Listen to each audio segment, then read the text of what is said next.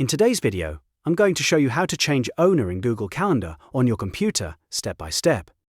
This is really useful if you're handing over a team calendar, switching responsibilities, or moving a shared calendar to a new account so someone else can manage it going forward.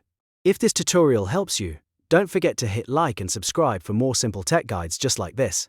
Alright, let's jump right in. First, open Google Calendar on your computer. You'll want to make sure you're signed into the account that currently owns the calendar, because that's the account that will be able to transfer ownership.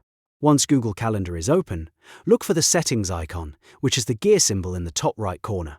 Click it, and then click Settings from the menu. This will open the full settings page for your calendars.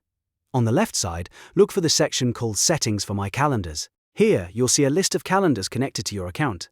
Select the calendar that you want to transfer to someone else. After you click the calendar, scroll through the settings until you find Share with specific people or groups.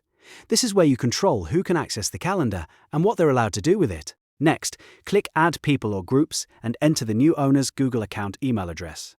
Make sure the email is typed correctly because the transfer invitation will be sent to that account. After adding their email, click the permission drop-down next to their name.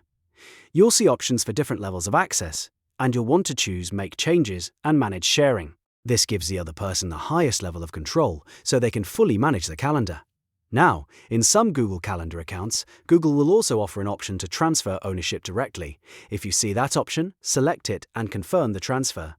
This is the key step that officially moves ownership from your account to the new one. If Google asks you to review the change, take a moment to double-check the calendar name and the email address before confirming. Once you've sent the transfer, the new owner may need to accept the ownership invitation in their email or Google Calendar notification.